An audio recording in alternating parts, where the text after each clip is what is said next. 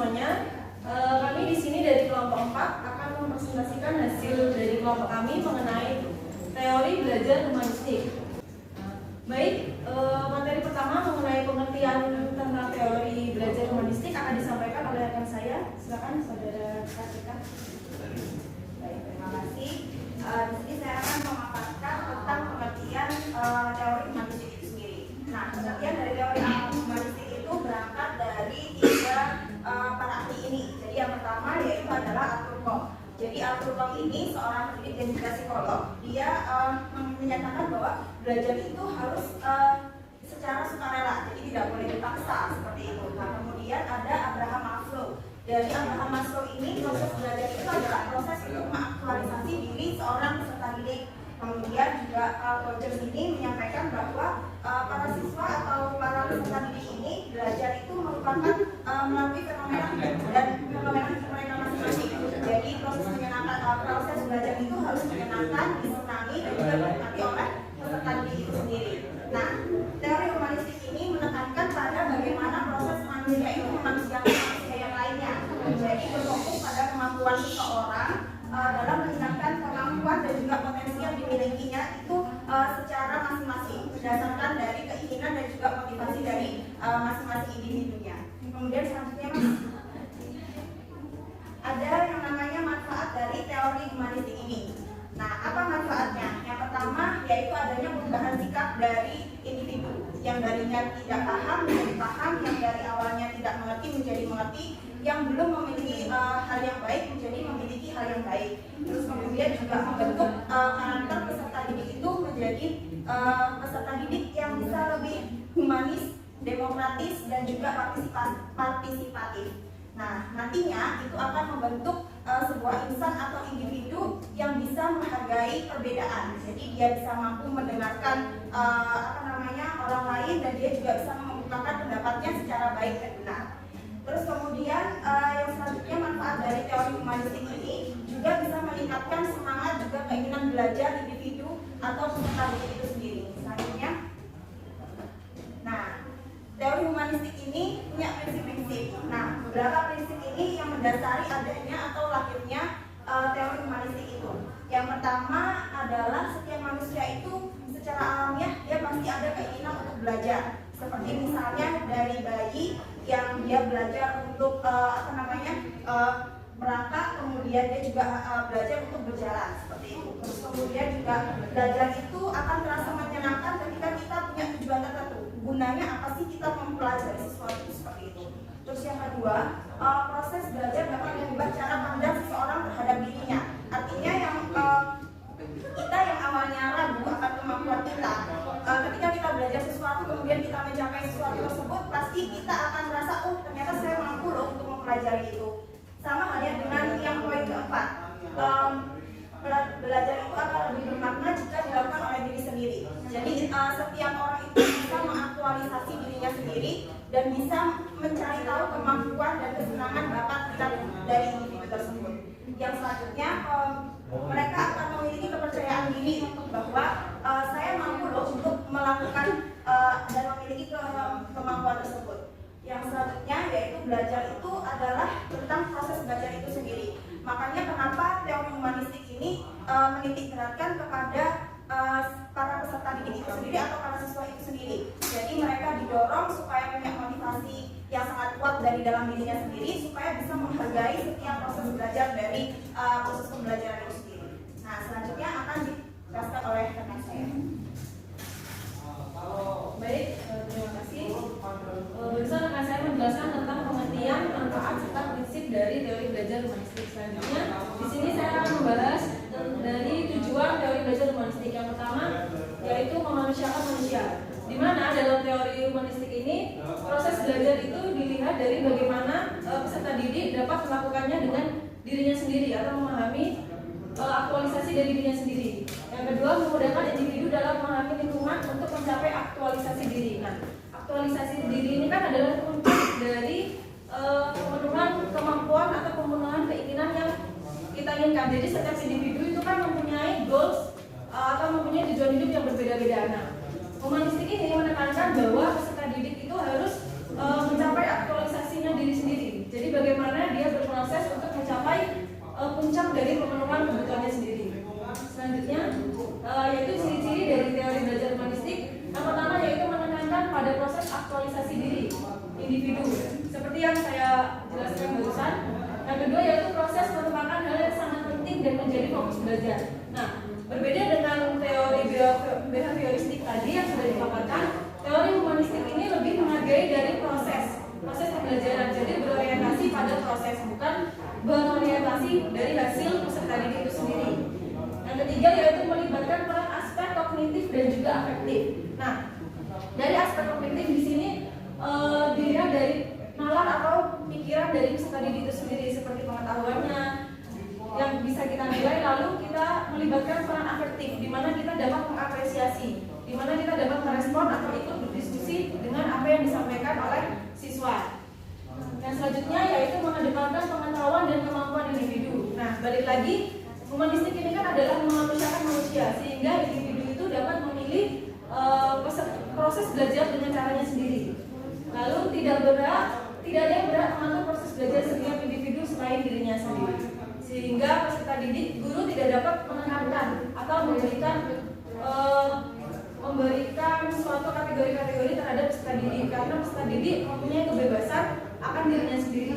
Misalnya beberapa peserta didik ada yang mempunyai cara belajar mendengarkan, lalu peserta didik yang lain ada yang mempunyai cara belajar dengan harus menulis dan sebagainya.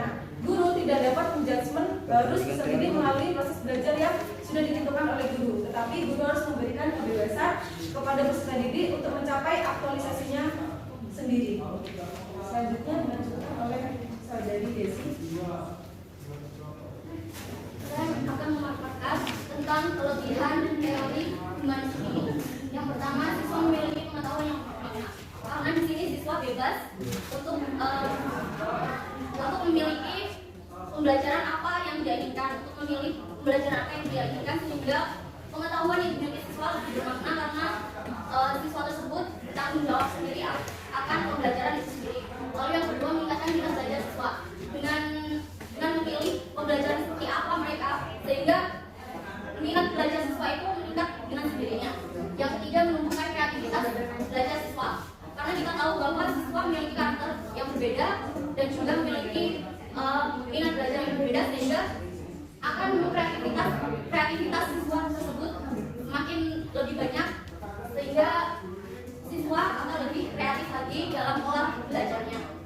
Yang keempat, mendukung guru mengenal kondisi dan potensi siswa. Jadi guru dibantu karena siswa tersebut sudah memahami dirinya sendiri.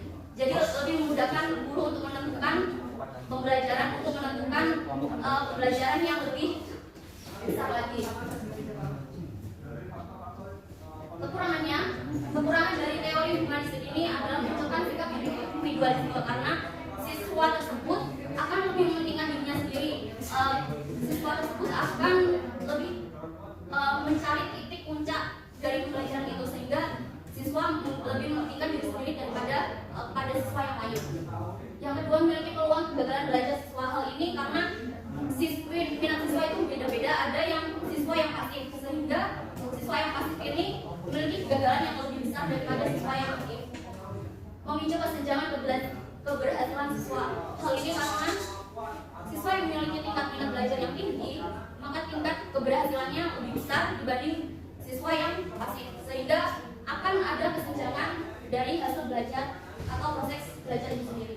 Kurang efektif dan efisien karena hal ini minat belajar siswa yang berbeda, hasil belajar siswa yang berbeda. Jadi guru akan lebih memiliki waktu yang banyak untuk siswa ini, dan harus terus-menerus memotivasi siswa untuk ayo belajar, dan pasti hal pembelajaran ini akan setiap siswa berbeda. Jadi upaya guru lebih meningkat lagi, dan ini kurang efektif di keanekaragaman siswa. Oke, untuk selanjutnya untuk penerapan akan saya jelaskan. Yang pertama, di teori humanistik ini kita harus menentukan tujuan pembelajaran. Pencapaian kita dalam sebuah materi itu, goalnya itu ada di mana, seperti itu. Untuk yang kedua, kita harus merumuskan materi yang akan dipelajari. Guna kita merumuskan materi di sini, bertujuan untuk agar materi tersebut tidak menyimpang dari tujuan pembelajaran yang kita sudah buat. Untuk yang ketiga, melakukan identifikasi. Melakukan identifikasi ini adalah bagaimana kita mengidentifikasi siswa kita, kemampuan dan karakter siswa kita. Yang keempat, melakukan analisis terhadap topik dan materi. Untuk ini kita harus memilah-milah topik yang akan kita bawakan agar siswa itu berminat dalam atau mempunyai keinginan dalam pembelajaran. Yang selanjutnya mempersiapkan rangka fasilitas belajar. Ini kita sebagai guru harus bisa kita adalah sebagai fasilitator antara murid dengan pembelajaran. Jadi kita harus bisa memfasilitasi apa saja yang dibutuhkan oleh murid, entah itu dari materi, media pembelajaran dan lain-lain. Untuk yang berikutnya, memberikan bimbingan kepada murid supaya paham akan makna dan pentingnya pengalaman belajar bagi mereka. Jadi di sini sudah jelas untuk memberikan bimbingan itu kita melakukan pembelajaran secara efektif dengan dua arah, kemudian mendorong murid untuk sering melakukan penerapan yang serupa bahkan di luar proses pembelajaran. Jadi kita memberikan masukan kepada siswa, memberikan motivasi, memberikan dorongan pada siswa bahwasanya pelajaran yang kita ambil pada hari ini, pengalaman yang kita ambil di sekolah ini akan bisa diterapkan baik di sekolah maupun di luar sekolah, seperti itu. Untuk yang terakhir, melakukan evaluasi berkala. Jadi di sini guru setelah memberikan materi yang sudah diberikan, guru tidak hanya langsung lepas tangan, oke pembelajaran sudah, tidak, tapi guru tetap mengevaluasi, tetap melihat apakah muridnya ini benar-benar memahami atau tidak, seperti itu. Mungkin sekian dari kelompok saya. Mungkin ada pertanyaan dari teman-teman yang lain, silakan. Ya, Saya Adinda. Saya ingin bertanya, apakah teori ini cocok untuk diterapkan untuk mencapai CP yang dituju, profil pemuda Pancasila, dan apakah ada metode khusus untuk mencapai itu? Terima kasih. Baik, terima kasih sebelumnya dari Mas Aginta mengenai pertanyaannya tadi kan, apakah teori humanistik ini cocok atau bisa mencapai dari capaian pembelajaran di kurikulum merdeka atau paradigma baru, lalu metode apa yang tepat digunakan? Nah, menurut kelompok kami, seluruh teori pembelajaran itu ada kekurangan dan kelebihan. Apabila dibilang cocok, cocok karena siswa itu diberikan kebebasan untuk menerapkan pembelajarannya sendiri. Namun capaian pembelajaran itu kan kita terapkan dalam satu kelas, sehingga kekurangannya mungkin ada beberapa siswa yang tidak mencapai capaian pembelajaran tersebut. Nah, kekurangannya di situ. Tadi juga sudah disampaikan oleh rekan kami bahwa kekurangan dari teori humanistik ini adalah perbedaan capaian pembelajaran dari setiap siswa atau kurangnya efektif.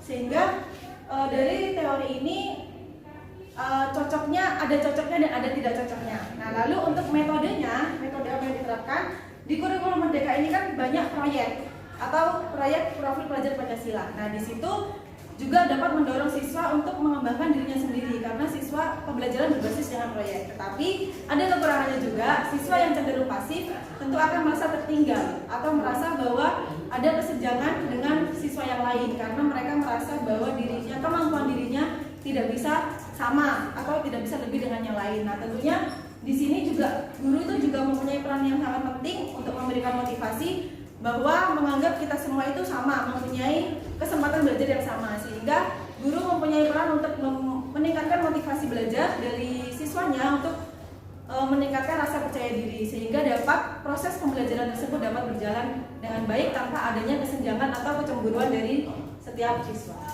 Mungkin ada feedback atau bagaimana? Baik, apabila cukup mungkin sekian presentasi dari kelompok kami. Kami mohon maaf apabila ada kesalahan kata dan kurang berkenan. Terima kasih. Wassalamualaikum warahmatullahi wabarakatuh. Waalaikumsalam.